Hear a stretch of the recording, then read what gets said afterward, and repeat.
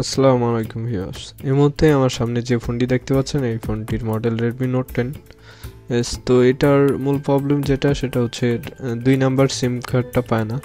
1 নাম্বারে যখন আমি লাগাইছি তখন দেখেন এই যে 1 নাম্বারে কিন্তু সিম পাইছে কিন্তু 2 নাম্বারটা পায় না।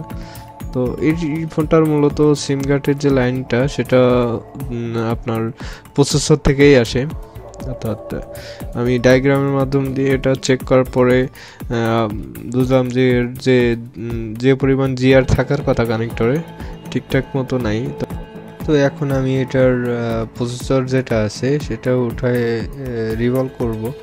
তো মূল ব্যাপার সেটা হচ্ছে আমি আপনাদেরকে আগের ভিডিওতে বলছি যে এই ধরনের ফোনগুলা বিশেষ করে রেডমির নোট সিরিজ আর পোকো সিরিজের যে ফোনগুলা এগুলোর এটা একটা কমন প্রবলেম।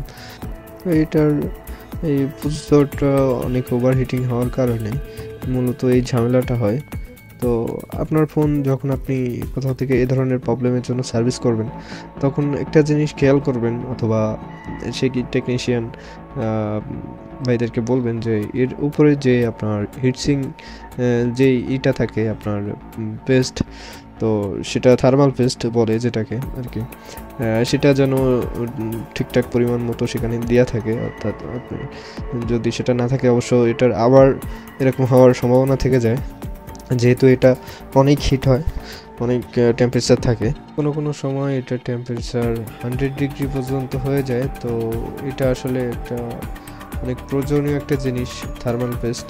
তো এটার পরিমাণ মতো যদি না থাকে তখন সেটার হিটটা অ্যাডজাস্ট করতে পারবে না। সুতরাং এই ধরনের প্রবলেমটা কিন্তু আবার আসতে পারে। তো যেটা বলতেছিলাম, আপনারা যেখান থেকে কাজ করেন না কেন এটা আসলে আপনারা দেখে বুঝে নেবেন। তো থার্মাল পেস্ট যেন সেখানে থাকে। তো আমাদের 2 নাম্বার যে সিমটা ছিল সেটা কাজ করতেছিল না। তো এখন আমি সিম কার্ডটা 2 নাম্বারে লাগায় চেক দিব, আর চেক দেওয়ার পরে এটা আসলে 1 নাম্বারেও লাগায় দেখব যে আমাদের কাজটা কত দূর হয়েছে। আলহামদুলিল্লাহ আমাদের সিম কার্ডটা পাচ্ছে যে 2 নাম্বারে লাগানো। তো এখন 1 নাম্বারে লাগায় দেখব। অবশ্য ভিডিওটা অনেক বড় ছিল, যেহেতু এটা একটানা কাজ করতে আমার 20 থেকে 25 মিনিট লাগে। তো এই ধরনের সমস্যার সমাধান পেতে চলে আসতে পারেন আমাদের শপে। আমাদের শপের ঠিকানা Japan mobile servicing and training centre, Khulna shopping complex. সবাই ভালো থাকবেন।